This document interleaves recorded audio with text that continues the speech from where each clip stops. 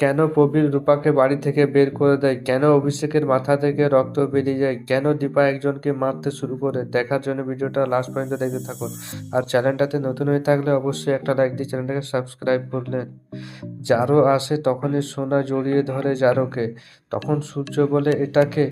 তখন জারো বলে আমাকে চিনতে পারছো না? আমি তোমার জারো। মুম্বাইয়ে আমরা একসাথে থেকেছি কয়েক বছর। তখন সূর্য বলে না আমার কিচ্ছু মনে পড়ছে না। তখন জারু বলে আমাদের একসাথে ফটো আছে। তারপর জারু ফটো দেখায় সূর্যকে।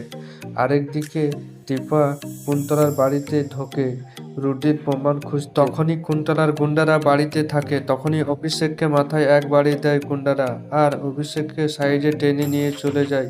তখনই দীপা চিৎকার করে ওঠে অভিষেক অভিষেক, কিন্তু অভিষেক কোনো সাড়া দেয় না। একদিকে জারো আসে আর দীপাকে দোষী সাজায়। তখন রূপা বলে মায়ের কোনো দোষ নেই। তখনই প্রবীর বলে তুমি এখান থেকে বেরিয়ে যাও। কি মায়ের দোষ নেই?